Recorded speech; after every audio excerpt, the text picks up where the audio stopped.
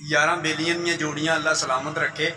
तो बाबा फरीद दोस्तां दे बारे की कहंदा कि यारां नाल ने रौनक मेले, यारां नाल बहारां, नाले दर्शन शाम सवेरे। यारां बाजों यार फरीदा दिसण चारे पासे अंधेरे।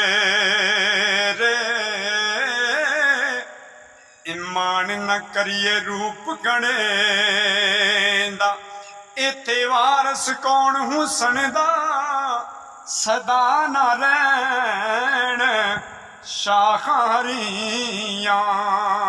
सदा न फुल चमने दा। ते गोरियां नालों काले चंगे, मियां साहब क्या खूब लिखते हैं कि गोरियां नालों काले चंगे, जे होण ना दिलां दे काले, जिन्हां दे दिल साफ मुहम्मद, उन्हां नूं कांदे पाले। सप्पां दे पुत यार नहीं बनदे, भावें चूरियां कुट कुट खवाइए। कई जवानी मुड़नी आंदी, लख खुराकां